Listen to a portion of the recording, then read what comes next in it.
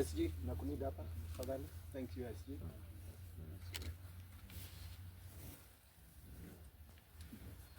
guys okay? Yeah. Thank you very much. Once again, we want to thank you for making time to be with us at the DNA headquarters. We have a statement that will be read by our party leader, Honorable Kanuti, and thereafter, please, if you have any very specific question in reference to the statement that we would have issued today, feel free to ask for clarification, and that clarification will be given to us by our Secretary General, Dr. Barak Muluka. My name is Walter Mongari. I'm the National Chairperson of DNA, and the people and the great men and women you're seeing together here with the members of the National Executive Committee of the party, that's the leadership of the party, who are here to transact normal party businesses, but we are here to welcome you, and please give us your attention and your time to get to hear from our party leader. Thereafter, we shall take any very specific questions. Thank you very much for making time to come with us. Party leader, please.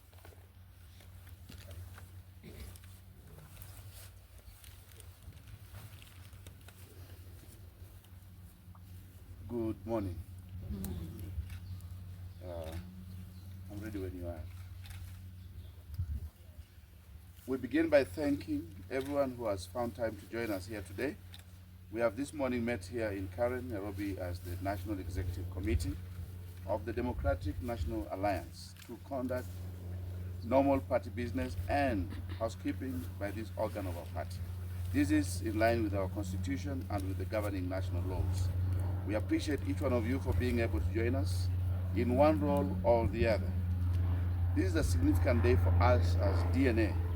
We are pleased to unveil to our members and to the nation at large our new party headquarters. This place is the National Party headquarters of DNA, and you are now our very first visitors.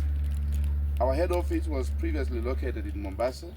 However, at the start of this year, NEC resolved that the office should relocate to Nairobi for ease of business with other organs in the political party space, such as the IEBC and the ORPP, among others. We are grateful to the Office of the Registrar of Political Parties for the cooperation and support we have received from that office towards getting our act together these past few months.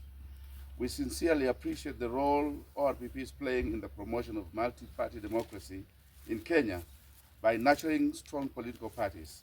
In this regard, we wish to especially thank Madam Anne Deritu, the immediate former Registrar of Political Parties, for working with us this far. We take note that Madam Deritu has recently moved on to IBC in a new role as one of the newly appointed commissioners. We congratulate her and wish her well.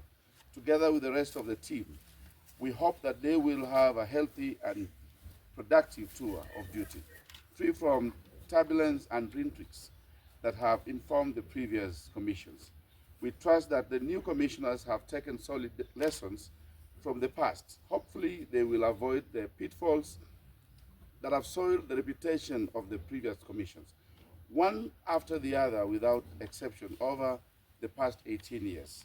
We have no doubt that if they each choose to remain true to duty and to the Kenyan nation, the way the needle is true to the pole, they will restore Kenya's faded faith in IBC. We need not emphasize that this is very critical ahead of the expected by-elections and the 2027 elections. Meanwhile, we wish the new commission Godspeed in the challenging times and tasks ahead. The state of the nation. We join fellow citizens of goodwill and conscience in condoling with families that have lost their loved ones in recent months, in circumstances that can only be described as draconian state intolerance. Kenya is dangerously hurtling towards what is otherwise avoidable disaster. The leadership of Kenya Kwanza and their partners in their broad-based government would do well wake up to the true call of duty in a democracy.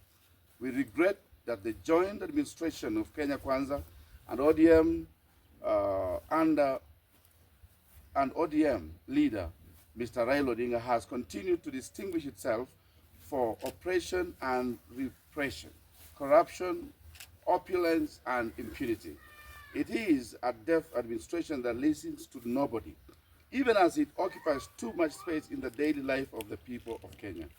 We regret the loss of life, the maiming of citizens, the abductions, disappearances, and other blatant violations of human and people's rights through guns and goons. State introduction of goons as disruptors in the democratic space is especially reprehensible. We wish to call out the arrogant devaluation of human life by the William Ruto and Raila Odinga regime. It is difficult to understand how a regime could consciously elect to be so brutal and arrogant that it listens to nobody except to its ego. This wanton waste of life must stop. The William Ruto Raila Odinga government must listen to the cry of Kenyans and return to constitutional rule at once. It does not need a new dialogue to do this. Contrary to what is now and contrary to what it is now angling for. The answers to what ails Kenya are only too well known. They are in the Constitution and in numerous reports. We, DNA, join the voices that have taken the view that President William Ruto should retire at the end of his first tenure. It is difficult to imagine a stable Kenya under this presidency beyond just a short distance from where we are today. The recklessness and ruthlessness has been completely out of character for any government in its first term in office. The desire for a second term is always a moderating factor for any government in its first term. If the William Ruto Raila Odinga government has been this ruthless in its first term, it will completely destroy Kenya in the unfortunate event that it secures a second term. It must go. The time has come when President Ruto especially should face the hard facts. He needs to admit that he has failed and that Kenyans have rejected him. The youth especially are calling for him to prepare to go peacefully. The best thing he could do is to steer the ship of state to a safe harbor and after that, saunter away peacefully. He should not burden the country with the attrition of participating in an election that he is set to lose. We have taken note that his acolytes are now openly talking about stealing the 2027 election for Ruto as a viable option. We condemn this brazen turpitude in the strongest terms possible. But as Kenyans wait for President Ruto to retire in 2027, there are things that cannot wait. The education sector is in a big mess. The health sector is collapsing. Corruption is the order of the day. The cost of living is horrible. Insecurity is the order of the day. State violence is normal. Kenyans don't know whom to turn to for redress. The Ruto Odinga regime must address some of these things as a matter of urgency, even as we wait for them to quit the stage in 2027. They must admit that their CBC education system is a big flop. Nobody seems to know where this thing is going. Not the people in Jogo House, the Examinations Council, nor the Institute of Curriculum Development. The teachers don't understand it. And the colleges and universities that are waiting for those already in this system do not understand it. They don't know how they are going to intersect. Let us all just accept that a terrible mistake has been made in education and all just accept that and get out of this thing as fast as we can. It's not working, it can't work, and it will not work. Public universities are meanwhile in chaos, underfunded, and in a financial quagmire. Political interference has brought the University of Nairobi to its knees. While Moi University is totally dysfunctional, other public universities are following in their footsteps. Kenya Kwanza should pull its political appointees out of public universities and allow free and independent university councils to manage these universities. In the health sector, Kenya Kwanza brags about the numbers of registered members, yet it says nothing about the absence of services. Kenyans are dying every day because of the dysfunction in this system. The regime should be bold enough that it has failed and to restore the previous system that worked. The affordable housing program, for its part, is a shameless ripoff. There is simply no logic in this thing. The government is bulldozing Kenyans through punitive taxation to fund this opaque program. After that, it purposes to sell the houses. The proposed ownership is a mystery. The contractors, the suppliers, all these are opaque. This ripoff should not wait for the retirement of the broad-based government before it is halted. It should go now. The issues we have raised here are only the tip of the ugly iceberg of the broad-based failures. We will be talking about more of them in the coming days as we focus on pushing this regime to the fringes that it belongs to, and eventually out of the lives of the long-suffering people of Kenya. For now, we urge President Ruto to admit failure and to plan to exit at the end of this term. He should not even consider running. Separately, we are concerned about the cousins' ideology by a section of the opposition. These are pointed to another dangerous direction through a divisive ideology. It collectivizes and demonizes whole ethno-linguistic communities. We urge the owners of this ideology to drop it and join us. Instead, in reimagining a democratic, just, free, and prosperous future nation, future Kenya nation.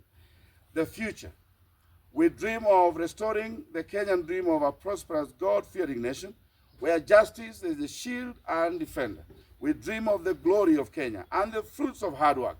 Kenyans getting equitable opportunities in building the nation together with one accord. To this end, we must restore Kenya to factory settings.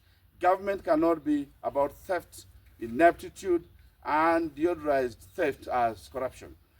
The day is coming when Kenya is going to jail all thieves, big and small. We are emboldened by the knowledge that the fundamentals of the Constitution of Kenya are intact. This Constitution has been tested many times. It has proved to be very strong. We stand up to be counted on the right side of the Constitution. We rededicate ourselves to protection of the Constitution, the rule of law, and democracy. We shall shortly be taking the gospel of the future to Kenyans in diverse places in the counties. We encourage progressive Kenyan youth to join DNA and prepare to take up offices in the counties and at the national level as part of our reorganization as DNA. DNA is your true party. All you young people out there, here you can look forward to running for office and to becoming a part of the changed Kenya that we want. We shall be fielding candidates for all offices at the next general election. And in all by-elections, as already stated, the chance and party Kenyan youth have been waiting for is here. Come, join us, and let us march forward together. For your voice is your power. Long live liberty, equity, human rights, and prosperity. Long live DNA. Long live Kenya. Your voice, your power. Your voice, your power. Your voice, your power. DNA. Your voice, your power.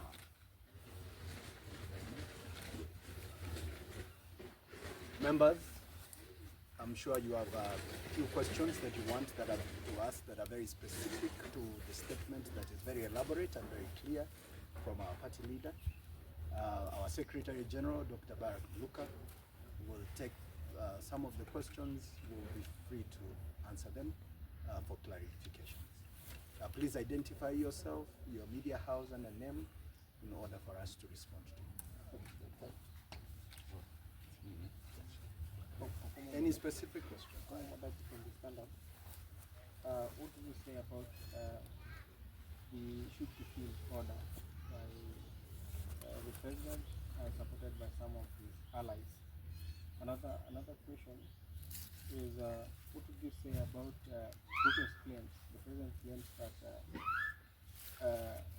the outrage community target that he was experiencing a target from a specific community. And as well, what would you make of those are multiple barrels. Now I'll not know which barrel to go with. Let me go with those first.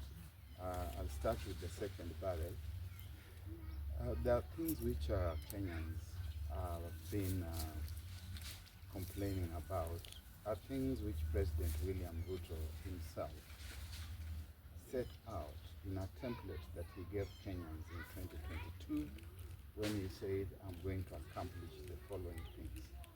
Those things were not set by a tribal community. They were set by the president himself.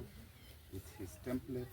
It's a template that is based on the Constitution of Kenya and on the laws of the land and the expectations of the people of Kenya. If the president gets to a point where he starts saying that it is a community, he starts looking like a student who has set an exam for himself.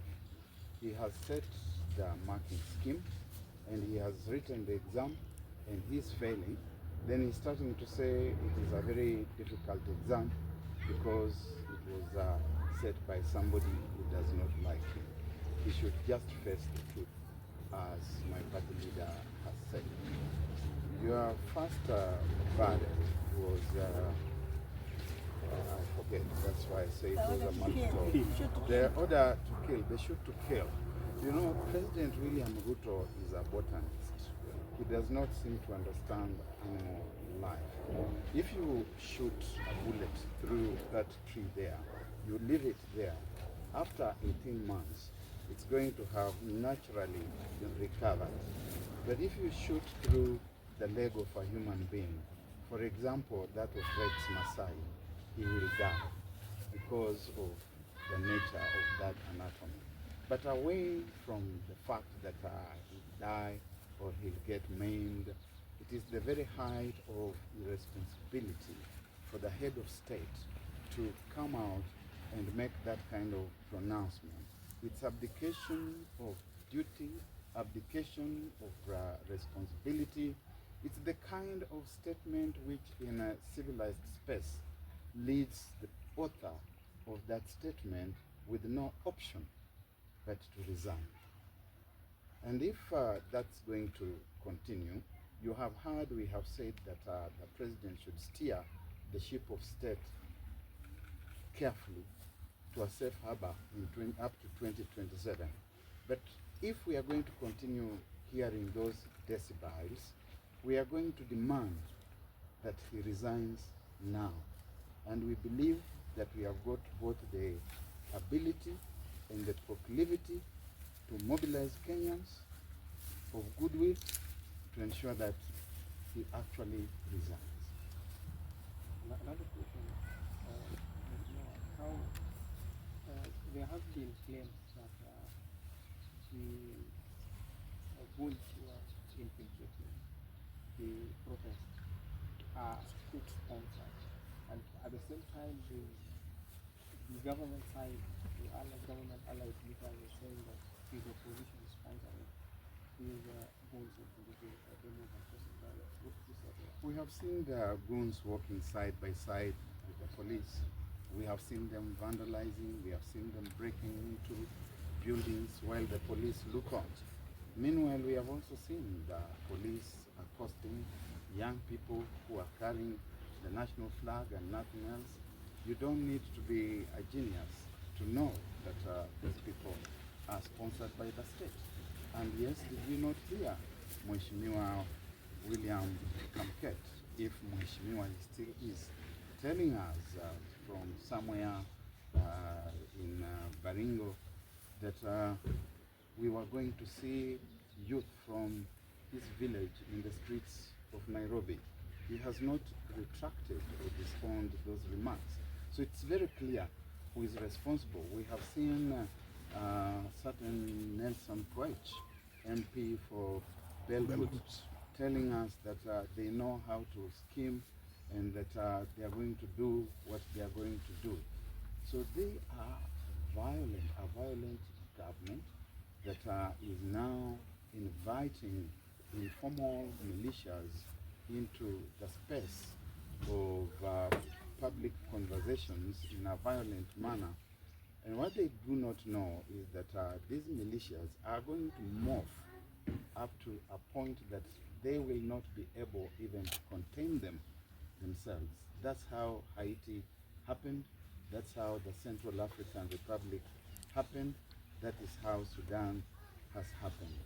So it is something that they need to retrace their footsteps on. And just on that note, the president recently claimed that these protests are geared towards are a plot to oust him unconstitutionally from office, and he said it is an attempted coup. He does not know what he's talking about. He should ask those of us who are of age when there was an attempted coup in Kenya in 1982.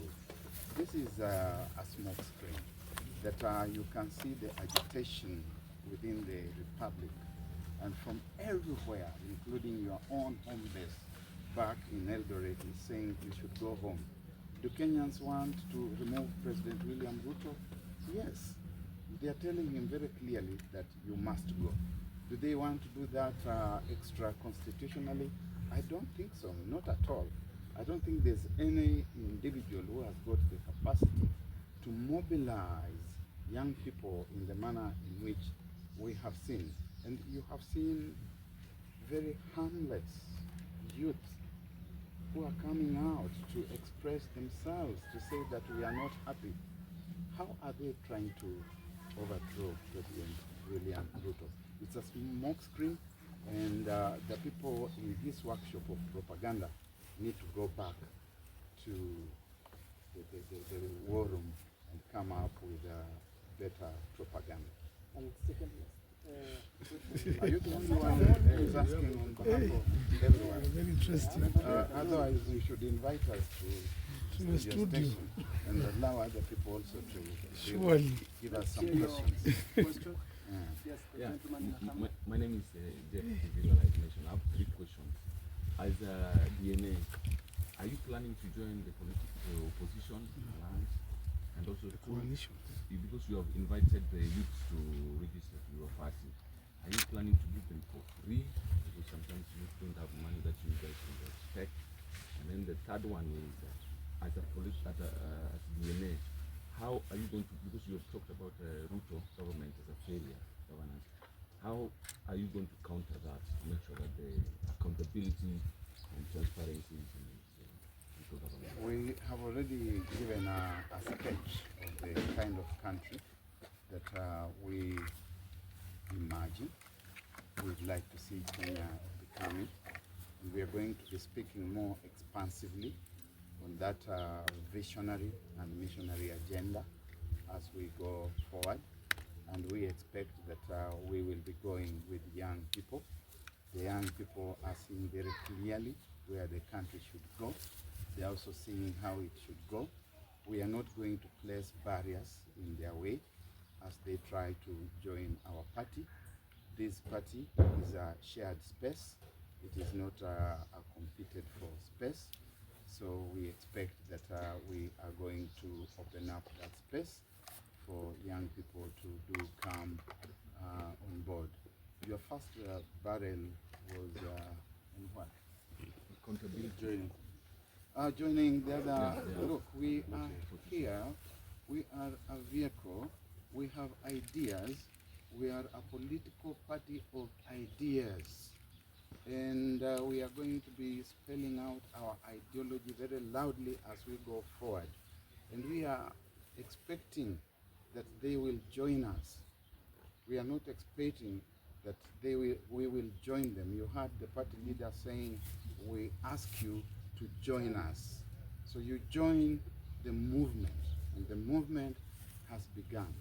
So we expect them to drop that ideology, because it does not make sense.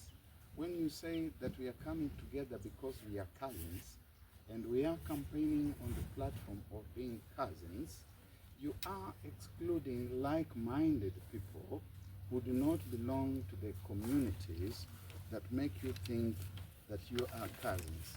What should happen to them? So that ideology is a bad one. And you can see that we are the ones who are ahead in terms of the thought of where the country should be going, and therefore we invite them, join us. And just to add on it, perception out there is that cousins are meant to be Bantus and Shemejis are meant to be Nilots. But the entire nation, irrespective of Kalenjin or Bantus or Nilots, they are all tired. It's all Kenyans saying Ruto must go. So when you balkanize and say cousins are Bantus, or people perceive that, actually you're going to have a country you're preparing for war, worse than 2007, 2008. We want a country that unites all, and that is the stand of DNA. We must climb down from those ideologies. We must bring the country together. This country can never be on Bantu Nilots divide. We have Asians who live here. We have different religions here. We must have a country that brings all. The youth don't know those things. Whether you are Kalenjin or whether you are Kamba or whether you are Luya, they are all in this. So we want a country that solidifies. In other words, we are talking about a Kenyan DNA. Yes. Is anyone, before you ask your You know question? you have all the questions. Will you have a presidential candidate? We've said we shall We present shall candidates present. from presidential to the MCA, all positions. One. Let's hear from him and then we can come to your burning. Yes, habari zenu. Poa. Naomba sana Kiswahili juu ituane vizuri. Jina na Jina naitwa Joseph, mimi ni wa DNA. media Na house. mimi ndio mimi wa media. Kiswahili mimi anasimu wako roho yangu sasa zingine na feel kama lazima tuzane maswali. As Gen Zs, sasa tuende maandamano. Juu tumekuwa na hiyo issue ya shoot miguu na tunasomea sana. So there's one of the advices wa president alitokelezea kauli akasema hakutakuwa na